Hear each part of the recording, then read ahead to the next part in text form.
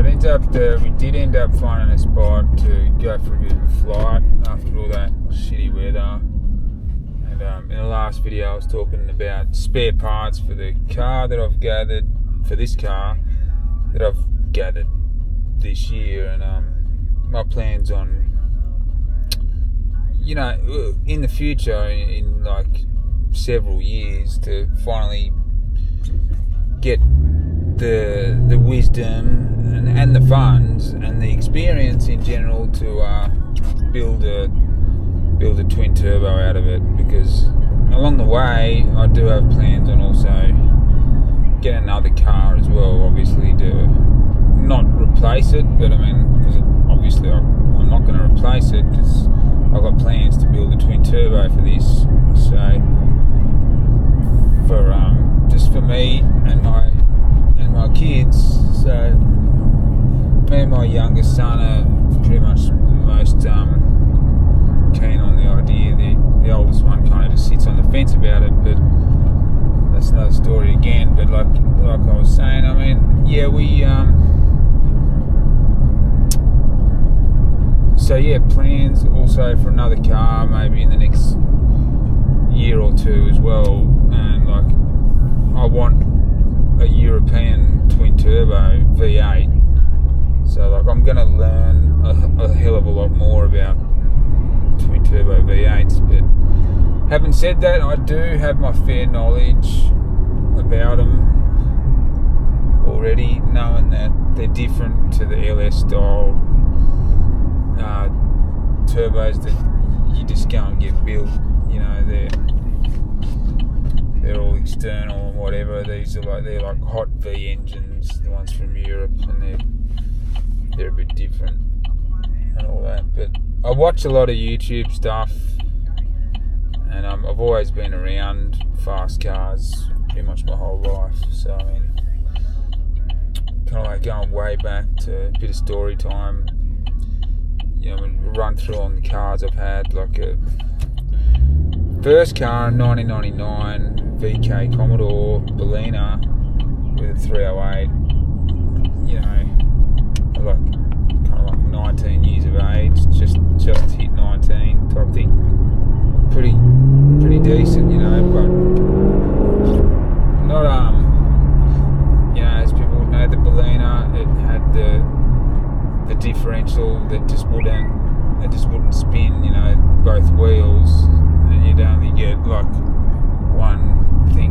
one wheel happening and things like this. It wasn't great, you know, for a first car, but it was very towy and it was torquey. You know, they were rated about 147 kilowatts, but it was all about the torque and the fact that, don't forget, a VK was kind of like just a large, you know, Holden Gemini or Holden Chimera, if you will. They weren't really that heavy.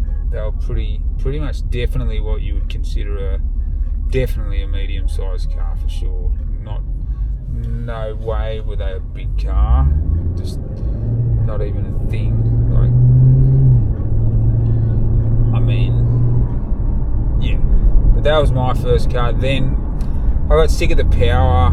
Obviously, it was a little bit underpowered after about 6 months of owning that. And those 3-speed transmissions that they had, I think they were called the Trimatic.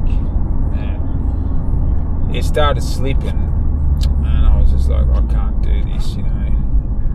And then I had engine mount issues as well with that, and then I was just like, you know, 19 years old, just like going back like 26 years ago, and I was just like, what am I going to do? So what I do, I ended up traded in. I've done a clean swap on a 79 XD Fairmont gear, which, well, I mean, that was one of them things, you know, that had a 351 engine and a 4-speed on the floor manual transmission. So I mean, what it was very you know, we were in business with it, you know what I mean, like it it was different, and that, both wheels spun at the back and all that, and we had like 80 profile tyres at the front, and we had like 12 slotters all round, kind of like 14 inch, and like 265 rubber Yokohamas at rear, with a Dick Johnson rear end. You could imagine, the one that he used to drive in Bathurst with the XT. It was a crazy looking car. It was in blue, and I really loved that car. But then I never got a Ford muscle car like that again. You know what I mean? It never happened. I just went back to my old roots, went back to Holden's, and then my parents were like, that thing's a bucket of shit, really. Like, you can't be affording all the time to constantly repair it. And I went and put a 750 Holy on it as well, and somebody did it. Someone actually did it for fuck all labour. And I only paid like $350 for this thing, and I got it.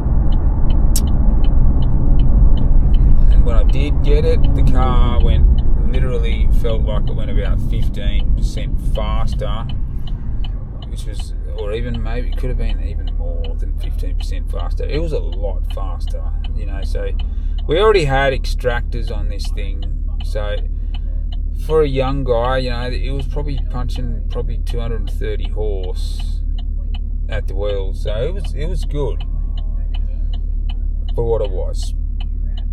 And then, anyway, I had to move on to the next car then, and then we got, I couldn't even trade it at that point in time. The year was like 2001,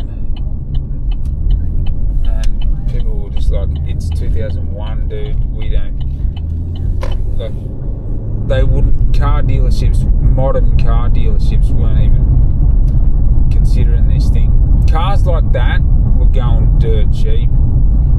V8s were just kind of frowned upon, say 25 years ago, so we ended up with getting a VR Calais 304 5-litre V8 with a HSV body kit. Now, once again, this was a bad decision again, with Simmons mags, 18 inch all around, which was pretty trendy at the time. Then we had just issue after issue. A dual fuel car as well, automatic, 4-speed, as we all know. I think it was the L 465L back then. Not good though, just problem after problem. And then I went to a VS SS 95, and for a young guy, I got myself into about close to $40,000 in debt. So that was a tough time for me. It really was. It generally wasn't very easy. Anywho, more on car stories next, guys.